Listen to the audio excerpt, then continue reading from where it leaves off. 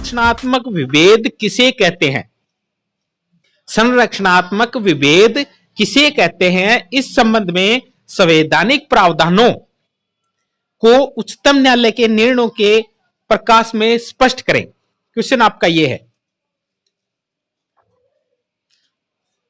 तो इसके आंसर में हम लिखेंगे तो इसको शुरुआत कैसे करते हैं? इस क्वेश्चन की शुरुआत हम करेंगे तो इसमें सबसे ऊपर हम लिखेंगे कि संवैधानिक प्रावधानों के अंतर्गत मान्य व संरक्षित विभेद संरचनात्मक विभेद कहलाता है।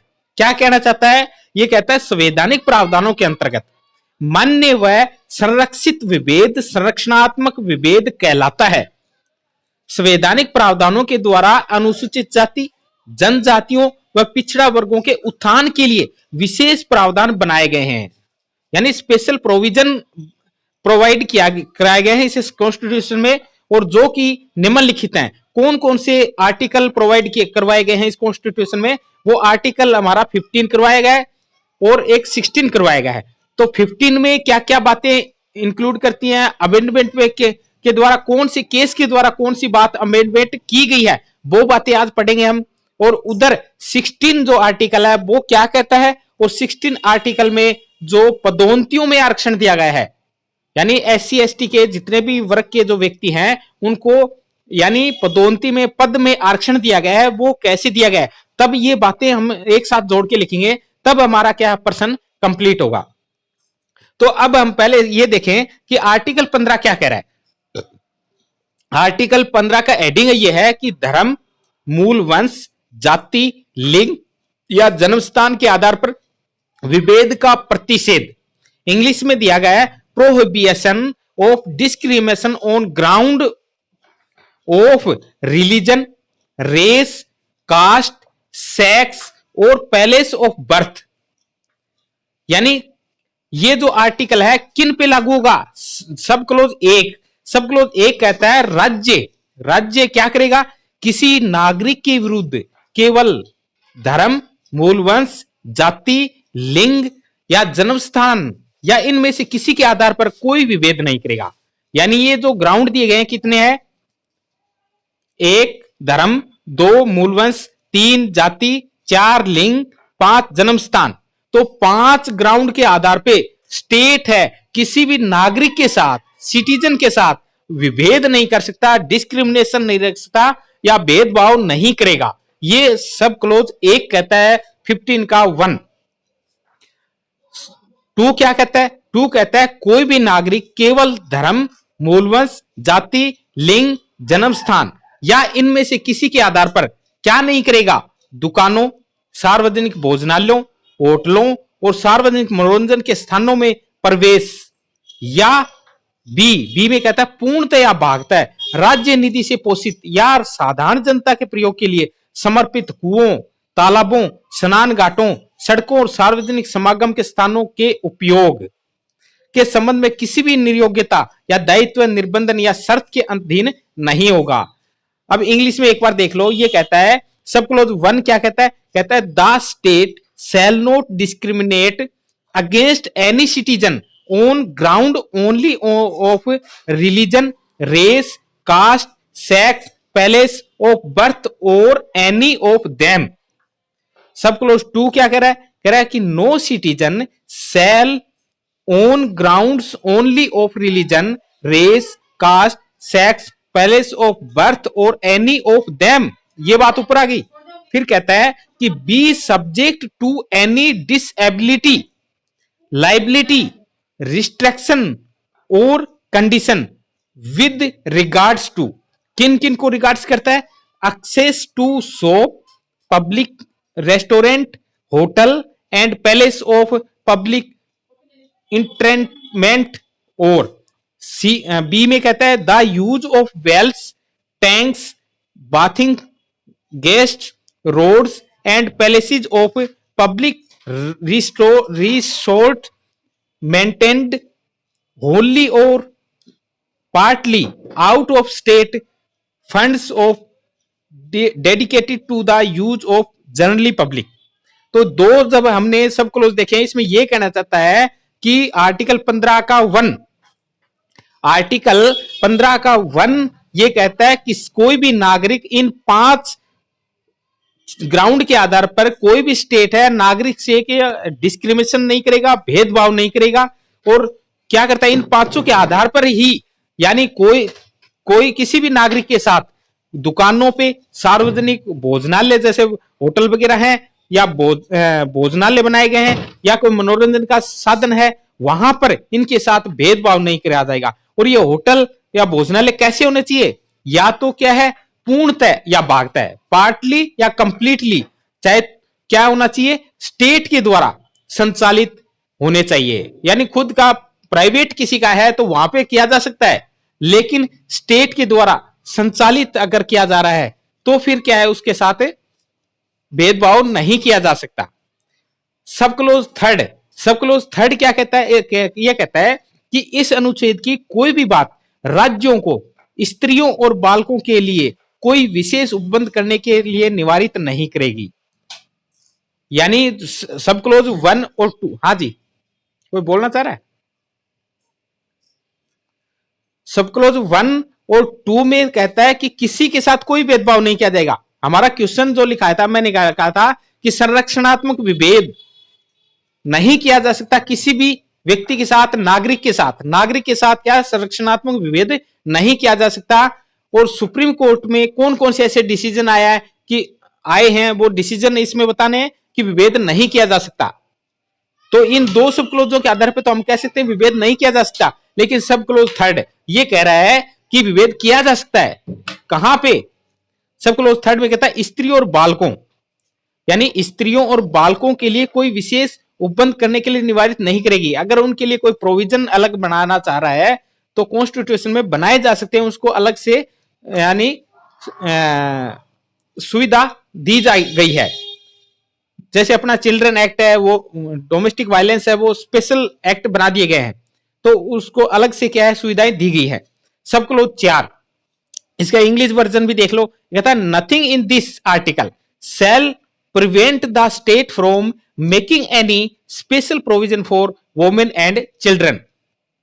सब क्लोज 4 कहता है इस अनुच्छेद की या अनुच्छेद 29 के खंड 2 की कोई बात राज्य को सामाजिक और शैक्षणिक दृष्टि से पिछड़े हुए नागरिकों के किन्हीं वर्गों की उन्नति के लिए या अनुसूचित जातियों और अनुसूचित जनजातियों के लिए कोई विशेष उपबंध करने से निवारित नहीं करेगी। सब क्लोज 4 अलग बात कर रहा है, यानी 1 और 2 एक बात करें। थर्ड कह रहा है कि हाँ स्पेशल प्रोविजन बनाए जा सकते हैं, किसके लिए? महिलाओं और बच्चों के लिए, उनको संरक्षित करने के लिए। लेकिन सब क्लोज 4 कहता है कि 29 का सब क्लोज 1 और का 6 जो भाग है, जो जी क्लोज है, वो कहता है अगर किसी का भी यानी सामाजिक रूप से उत्थान करना है या शैक्षणिक दृष्टि से किसी भी जाति का, जैसे SC ST है तो उनका उत्थान करना है, डेवलपमेंट करना है, तो क्या है उनके साथ भेदभाव किया जा सकता है, यानी उनको स्पेशल प्रोविजन बनाए जा सकते हैं।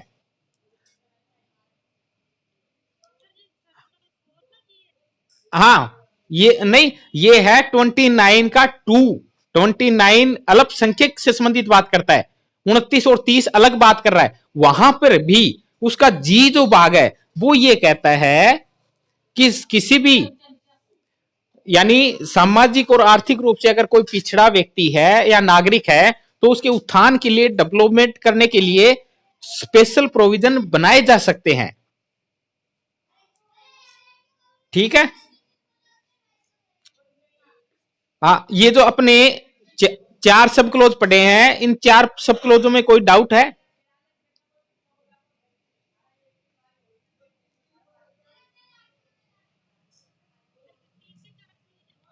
हाँ 15 के 4 क्लोज पढ़े, 1 में तो कहता है हाँ इन 5 के आधार पे कोई भी राज्य किसी भी नागरिक से भेदभाव नहीं करेगा। ठीक है, सब क्लोज इसके 2 कहता है इन 5 ग्राउंड के आधार पे कहां पे भेदभाव नहीं करेगा, जहां पे कोई दुकान है या सार्वजनिक भोजनालय है या कोई होटल है या कोई ऐसी धर्मशाला है जो कि स्टेट के द्वारा या तो पूर्णतः या पार्टली, या तो पूर्णतः या अंशतः संचालित की जा रही है, चलाई जा रही है, वहां पे उनसे भेदभाव नहीं किया जाएगा। फिर यानी सब क्लोज थर्ड कहता है, खंडन कर रहा है उस बात का, हाँ किया जा सकता है। थर्ड कहता है डिस्क्रिमिनेशन या विभेद किया जा सकता है। कब? अगर ऐसे कोई बच्चों से संबंधित कोई बात आती है, या किससे संबंधित आती है, महिलाओं से संबंधित कोई बात आती है, तो वहां पे विभेद किया जा सकता है, यानी डिस्क्रिमिनेशन किया जा सकता है, हैं? हम्म। हाँ हाँ हाँ वो ठीक है। अब सब करो चार क्या करा है, सब क्लोज चार भी कहता है डिस्क्रिमिनेशन किया जा सकता है। कब? किस ग्राउंड पे? अगर किसी नागरिक का उत्थान करना है, कैसे? यानी शैक्षणिक रूप से या सामाजिक रूप से अगर उसका विकास करना है, तो स्पेशल प्रोविजन बना करके उसका उत्थान किया जा सकता है। ठीक है। अब आता है हमारा सब क्लोज फाइव। फाइव कहता है इस अनुच्छेद की कोई बात या अनुच्छेद 19 यानी 19 के खंड 1 के उपखंड जी राज्य को नागरिक के किसी सामाजिक और शैक्षणिक रूप से पिछड़े वर्गों या अनुसूचित जाति या अनुसूचित जनजाति की उन्नति के लिए जहां तक ऐसे विशेष उपबंध उनके शिक्षा संस्थानों में प्रवेश से संबंधित हैं, जिनके अंतर्गत प्राइवेट संस्थाएं हैं, चाहे राज्य द्वारा सहायता प्राप्त हो या बिना सहायता प्राप्त हो, अनुच्छेद 30 के खंड 1 में निर्दिष्टित अल्पसंख्यक वर्ग की शिक्षा संस्थाओं से भिन्न विधि द्वारा कोई विशेष उपबंध बनाने से निवारित नहीं करेगा। यानी सब क्लोज 5 क्या कहना चाहता है? यह कहता है कि अनुच्छेद की कोई भी बात, किसकी? आर्टिकल 19, आर्टिकल 19 का सब क्लोज 1 क्या कहता है, कोई बताएगा? एडिंग क्या है 19 का? हाँ, भाषण व अभिव्यक्ति स्वतंत्रता। और उसका सब क्लोज जी, जी है वो जो लास्ट है, वो क्या है क्लोज? सब क्लोज जी। हाँ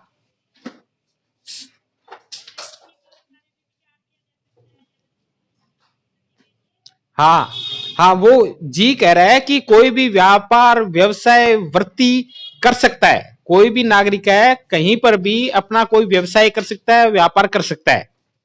ठीक है, ये बातें दी गई है। तो ये कहता है कि अनुच्छेद की कोई भी बात 19 के खंड 1 का जी जो दिया गया है, उसका अगर नागरिकों के विकास करना है, जो सामाजिक रूप से हो, शैक्षणिक रूप से हो, और पिछड़े वर्गों या अनुसूचित जाति या जनजाति के उन्नति के विकास के लिए विशेष प्रोविजन बनाए जा सकते हैं। ठीक है, विशेष प्रोविजन बनाए जा सकते हैं जिसके अंतर्गत प्राइवेट संस्थाएं हैं। वहां सब क्लोज 1 में कहता है प्राइवेट संस्थाएं नहीं, प्राइवेट संस्थाएं जैसे किसी ने अपना कुआं है, पंप हैंडपंप खोल लिया, खुद के पैसे से संचालित कर रहा है, तो वो पानी भरने दे तो नहीं भरने नहीं दे तो नहीं दे। यानी खुद के, जैसे आपका खुद का खेत है और वहां पे आपने कोई हैंडपंप लगवा लिया, तो पड़ोसी को आप पानी भरने दो तो आपकी मर्जी है, और नहीं भरने दो तो नहीं भरने दो। अगर वो ही चीज स्टेट गवर्नमेंट के द्वारा संचार, यानी आधे पैसे गवर्नमेंट ने दिए और आधे खुद ने लगाए, तब आप भरने जाते हो तो आपको मना नहीं कर सकता। ठीक है, तो यहां पर ये कह रहा है कि ऐसी अगर कोई बात आती है, तो सब क्लोज 5 में कह रहा है कि अगर कोई प्राइवेट संस्थाएं हैं तो वो भी मना नहीं कर सकती, चाहे वह राज्य द्वारा सहायता प्राप्त हो या नहीं। और जो आर्टिकल हाँ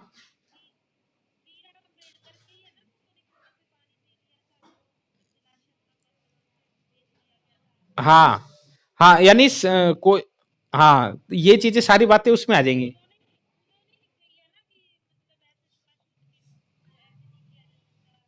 हाँ हाँ, अनटचेबिलिटी वाली बात सारी है वो उन्होंने की थी। हम्म। कनेक्शन ये कह रहा है कि इसमें कोई व्यापार कर रहा है, कोई व्यवसाय कर रहा है, ठीक है, कोई चीज, कोई दुकान खोल के बैठ गया और आप वहां खरीदने जा रहे हो, तो आपको ये कह देगा कि आप तो उस समाज से हो, मैं आपको चीज नहीं दूंगा। या आप वहां से हो, मैं ये चीज आपको नहीं दूंगा, मना नहीं कर सकता। समझ गए बात?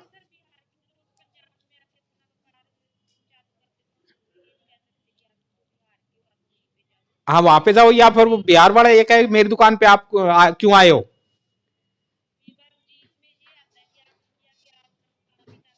हाँ कहीं पे भी व्यापार व्यवसाय धंधा कर सकते हो। ठीक है। यानी क्लियर हुआ ना ये कंसेप्ट?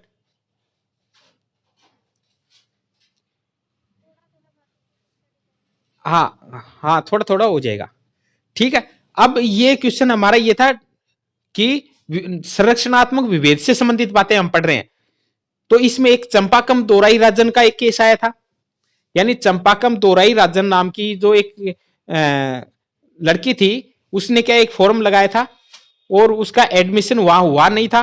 तब उसने क्या है सुप्रीम कोर्ट में याचिका लगाई, और उसको जब याचिका लगाई तो उसको उसका क्या है यानी लाभ दिया गया।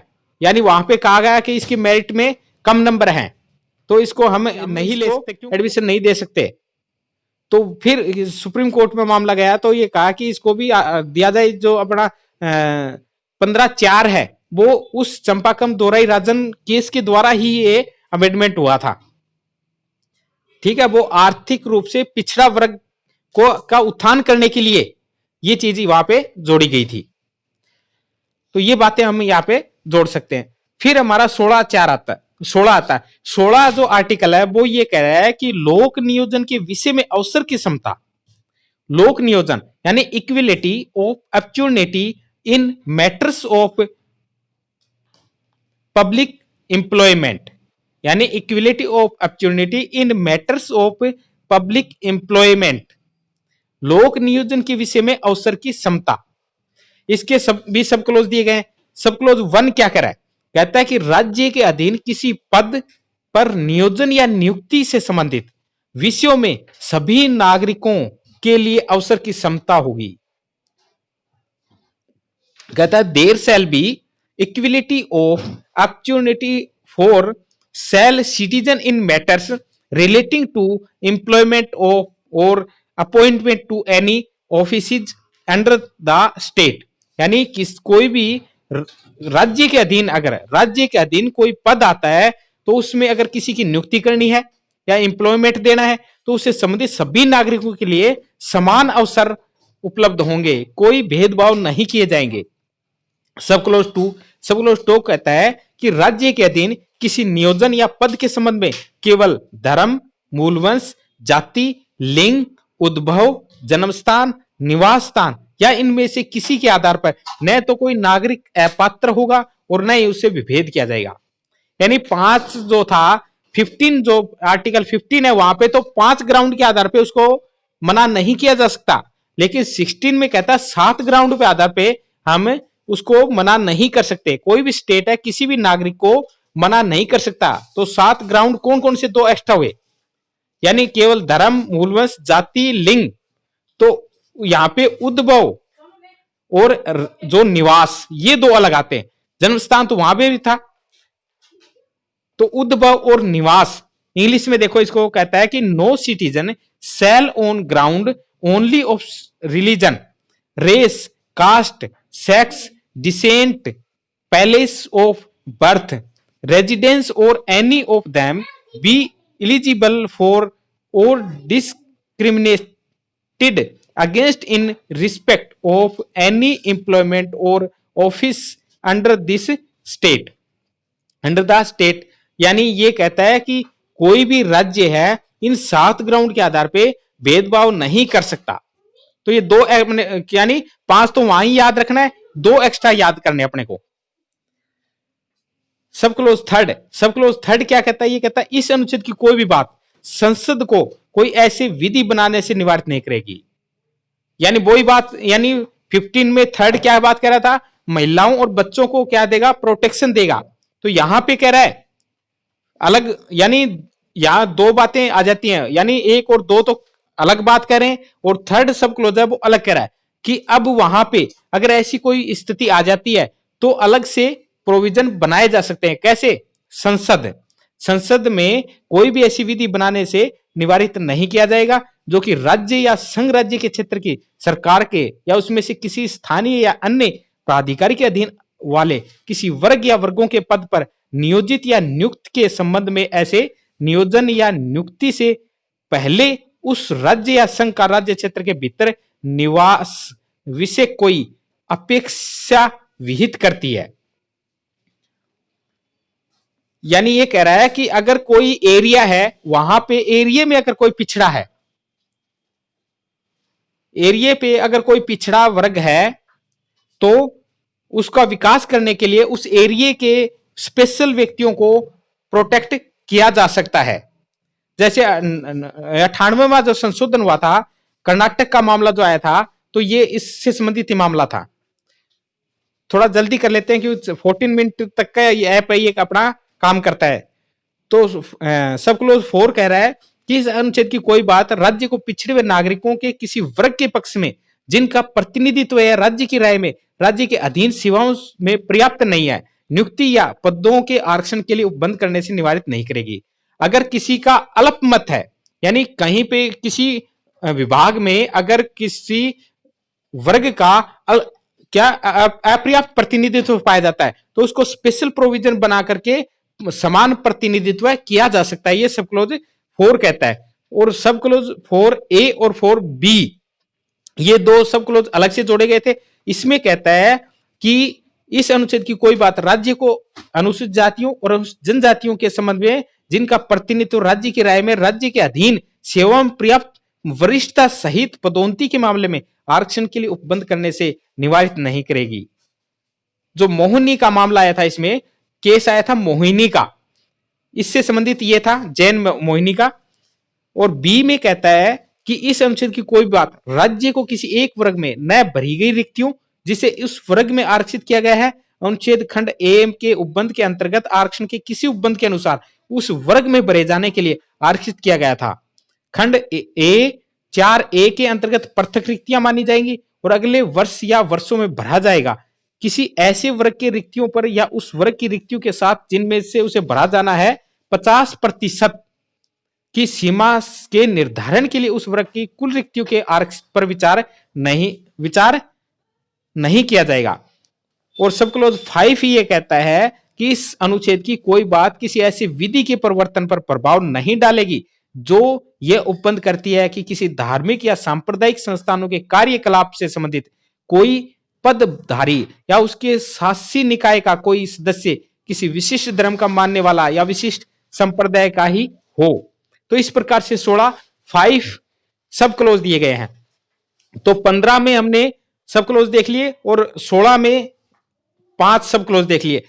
यानी 16 में पदोन्नति में किसी प्रकार का कोई डिस्क्रिमिनेशन नहीं किया जाएगा। 1 और 2 ये बात कहता है। 3rd ये कहता है स्पेशल प्रोविजन बनाए जा सकते हैं किसके, अगर कोई वहां का एरिया के लोग अगर पिछड़े हुए हैं तो वहां पे, जैसे कर्नाटक का मामला आया था। और फिर कहता है कि अल्पमत किसी भी समुदाय का अगर किसी विभाग में प्रतिनिधित्व अगर कम पाया जाता है, अपर्याप्त प्रतिनिधित्व पाया जाता है, तो उस प्रतिनिधित्व को समान करने के लिए भी वहां पे प्रोविजन किए जा सकते हैं। तो इस तरीके से अपने को क्या है, यह क्वेश्चन कंप्लीट होता है। ये जब हम दोनों सब क्लोजों को मिलाएंगे तब ये क्या है, हमारा डिस्क्रिमिनेशन वाला क्वेश्चन है कंप्लीट होता है। अब बताओ, अगर इससे संबंधित आपको अगर कोई क्वेश्चन है या क्वेरी है तो पूछ सकते हैं।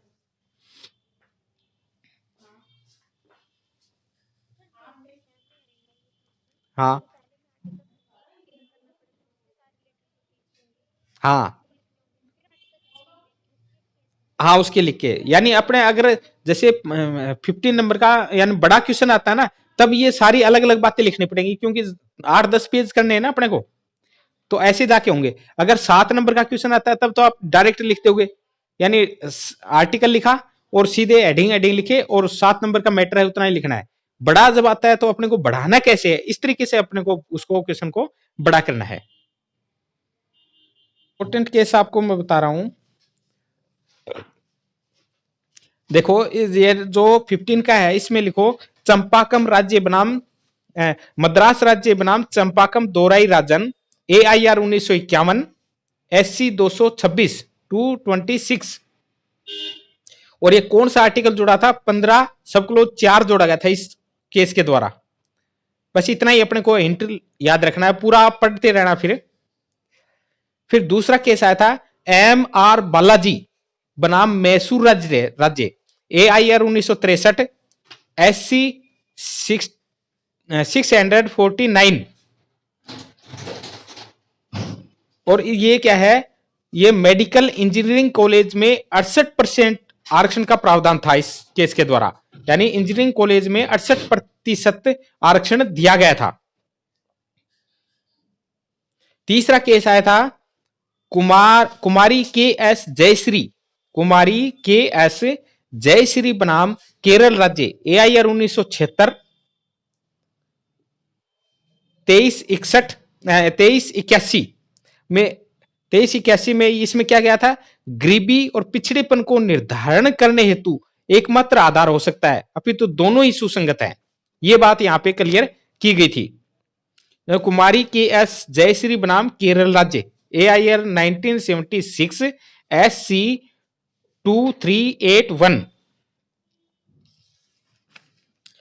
फिर अगला केस इसमें आता है हमारा SBS कर्मचारी संघ बनाम भारत संघ AIR 1981 SC 298। इसमें क्या होता है? आर्टिकल 16(4) को अनुच्छेद 16(1) का अपवाद नहीं माना गया है। इस केस में क्या डिसाइड हुआ था कि 16(4) को अनुच्छेद 16(1) का अपवाद नहीं माना गया है, और इसको क्या कहा था? समता प्राप्ति की एक रीति है, समता प्राप्ति की एक रीति है, और कैरी फॉरवर्ड रूल को भी वैध माना जाता है। कैरी फॉरवर्ड का मतलब है वहां से लाया गया है वो मामला। फिर अगला जो केस आया था हमारा वो था KC बसंत कुमार बनाम कर्नाटक राज्य AIR 1985 SC 1495 1495। इसमें यह कहा गया था कि नियोजन, शिक्षा, विधानमंडलों में आरक्षण की व्यवस्था पर प्रत्येक 5 वर्ष व्यतीत होने पर पुनर्विचार किया जाए एवं पिछड़ेपन के निर्धारण के लिए न्यूनतम आय की कसौटी लागू की जाए। ये बात इसमें डिसाइड हुई थी। फिर अगला जो केस आया था वो आया था इंदिरा साहनी बनाम भारत संघ। इंदिरा साहनी बनाम भारत संघ को दूसरा केस मंडल का मामला भी जाना जाता है, यानी ये भी क्वेश्चन आ सकता है कि कौन से केस को मंडल का मामले के रूप में जाना जाता है। तो ये मंडल का मामला था इंदिरा साहनी का जो मामला है AIR 1993 यानी 1993 SC 470 में धारण किया गया। क्या किया गया था कि 16(4) जो था पदोन्नति से संबंधित था, आरक्षण से संबंधित था, और B में कहा कि यानी 16(4) में वैध माना गया है। 16(4) में SC ST को जो पदोन्नति है उसको वैलिड माना गया है, जबकि B भाग है उसमें कहा है कि 16(4) को इनवैलिड माना गया है। क्यों? इसके अतिरिक्त सुपर स्पाइलाइजेशन में विशेष विषय में आरक्षण नहीं दिया जाएगा। फिर हमारा केस अगला जो आता है वो M नागराज बनाम भारत संघ। M नागराज का मामला आता है, ये भी बहुत इंपॉर्टेंट केस है इससे संबंधित। इसमें AIR 2007 का मामला आया था और SC 71।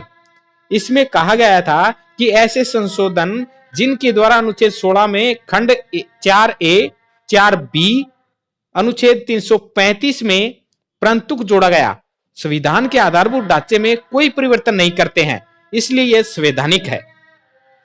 और एक केस आया था सूरज भान मीना बनाम राजस्थान राज्य AIR 2011 SC 874 में अभी निर्धारित किया गया कि पदोन्नति में पदों का आरक्षण अनुसूचित जाति एवं पिछड़े वर्गों के सदस्यों के अपर्याप्त प्रतिनिधित्व है एवं इसे शर्त पर निर्भर होगा कि क्या ऐसा आरक्षण किसी प्रकार से अपेक्षित है।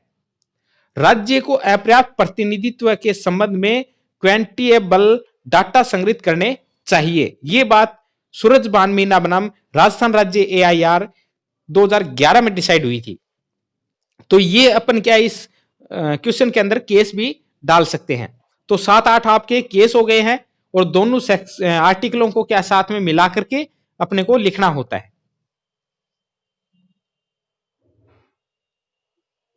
ठीक है, क्लियर हो गई?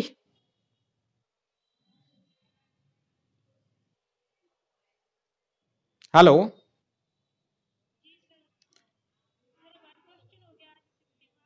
हाँ, 15 मार्क्स का बड़ा क्वेश्चन आपको तैयार करवा दिया है। आप अब खुद इसको क्या है पढ़ोगे, तब सारी बातें क्लियर हो जाएंगी।